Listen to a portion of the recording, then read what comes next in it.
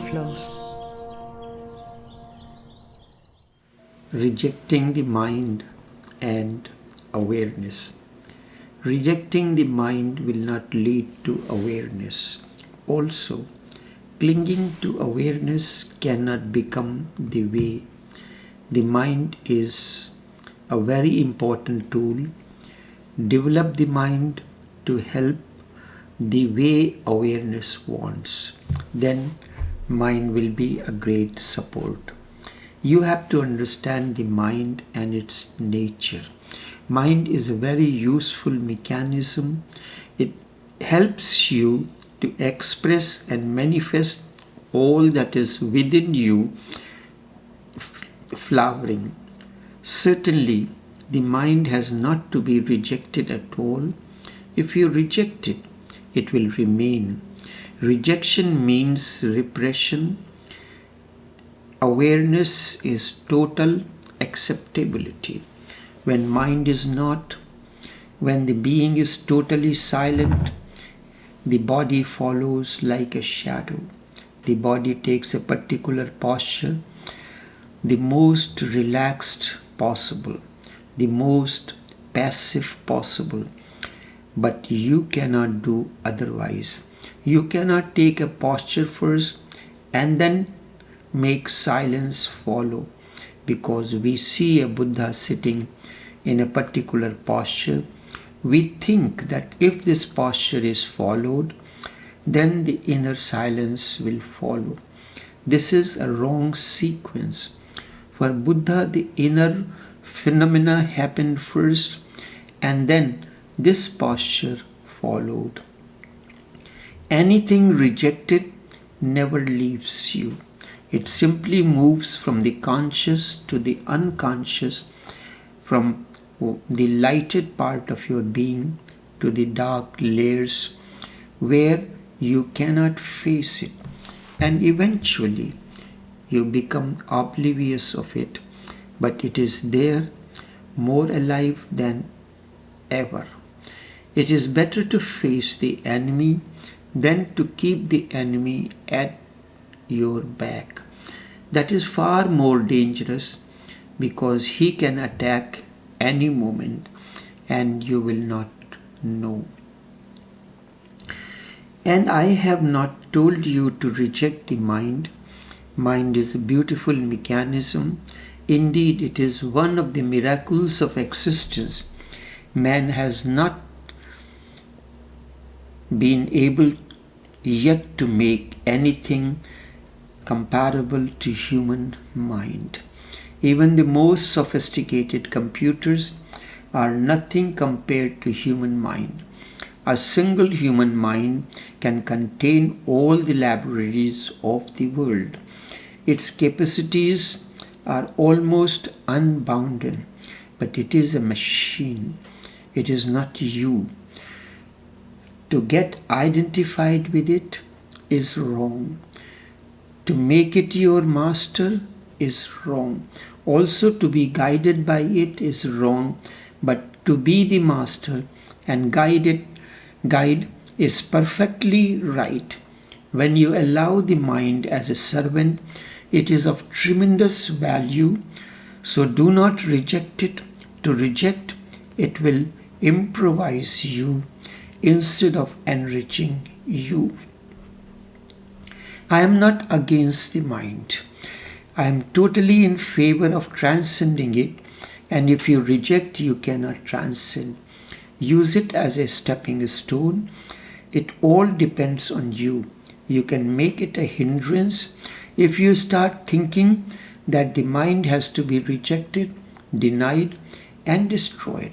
Or you can make it a stepping stone if you accept it, if you try to understand it. In the very effort of understanding it, transcendence happens. You go beyond it. You become a witness, but never cling to awareness. Clinging is bound to happen. If you reject the mind, then you need something to cling to, and you will start clinging to awareness.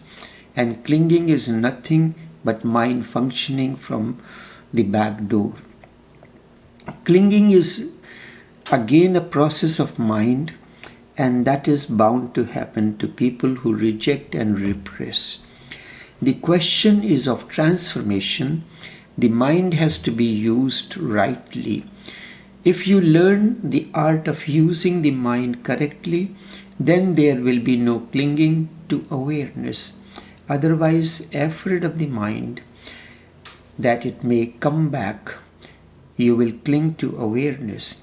Remember, in clinging, it has already come back. It is already there. Clinging is mind. Non-clinging is intrinsic to awareness. You cannot cling to awareness. If you cling, it is just a mind phenomena. Your awareness too is just a pseudo thing created by the mind.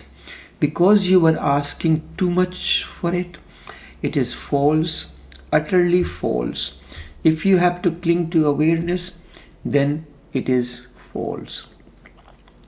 Remember, whenever you have two things, two alternatives, choose the new one, the harder.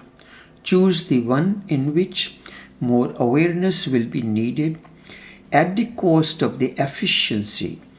Always choose awareness, and then you will create the situation in which meditation will become possible.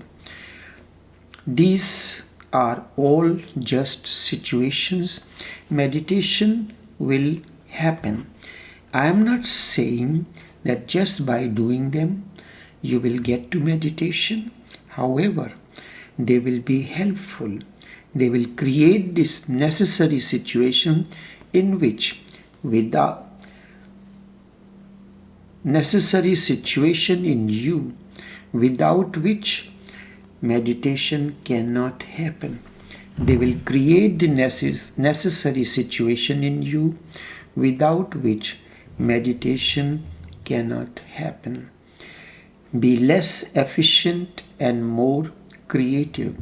Creativity is far more important than efficiency, but we focus on efficiency. Let that be the motive and criteria as well. Do not be bothered too much about utilitarian ends. Rather, constantly remember that you are not here in life to become a commodity. So too, you are not here to become a utility that is below dignity. You are here to be the pool of awareness. Also, you are not here just to become more and more efficient. Instead, you are here to become more and more alive, intelligent, happy, ecstatically happy. But that is a totally different phenomena from the ways of the mind. This indeed is the way of being around an awakened one and flowing within his energy field, yet remain totally free.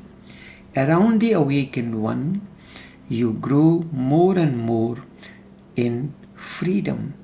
And with freedom, inner lamp is lit to guide you as you traverse along life's roads. An awakened one is not a man of concentration. Instead, he is a man of awareness. He has not been trying to narrow down the consciousness. On the contrary, he has been trying to drop all the barriers that mind can create so that he becomes totally available to existence. Watch. Existence is simultaneous. I am speaking here and the traffic noise is happening simultaneously. I am here. Traffic noise is happening simultaneously. The cars speeding on the road and blowing horn, the birds chirping, the dogs barking, people making insensibly, people talking insensibly, music blaring, the wind blowing through the trees, and more and much more in a single moment of meditation, as if whole existence has converged on one point. All these things are happening simultaneously while you are meditating. You are listening to me, speaking to me, and millions of things are going on. It is tremendously rich. Meditation is autotherapy. It is the way of looking inside directly. When you are within the energy field of an awakened one, you start looking directly inside. You will be surprised. You will come to know that you are carrying a total chaos within, a madhouse, with many madmen inside running here and there, all against each other, shouting, fighting, struggling, doing all kinds of things, sometimes scary as well. Therapy is the process of transforming energy for transcendence. Various techniques, both ancient and modern, can be used for this. Love remains the basis of any therapy. Love is the essence of each therapy. Indeed, love is the only therapy in the world that can transform baser into precious. It is always love that heals, because love makes you whole. Love makes you feel welcome in the world. Love makes you a part of existence.